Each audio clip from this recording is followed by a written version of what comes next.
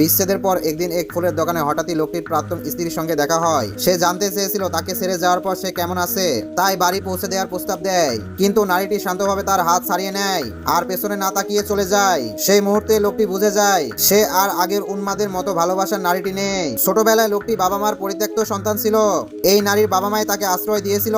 তার অসাধারণ প্রতিভা দেখে তারা সবকিছু উজাড় করে তাকে মানুষ করেন। সে অল্প বয়সে দেশ বিদেশে সাফল্য অর্জন করে এবং আজীবন তাদের ও নারীর পাশে থাকার শপথ করে। বছর পেরিয়ে সে খ্যাতির শীর্ষে পৌঁছায়। এই সময় ফুলের প্রতি আগ্রহ থেকে পরিচয় হয় এক মেয়ের সঙ্গে। সহানুভূতির নামে তাকে পড়াশোনার সুযোগ দেওয়া হয়। নারীটি মেয়েটিকে নিজের বোনের মতো আগলে রাখে।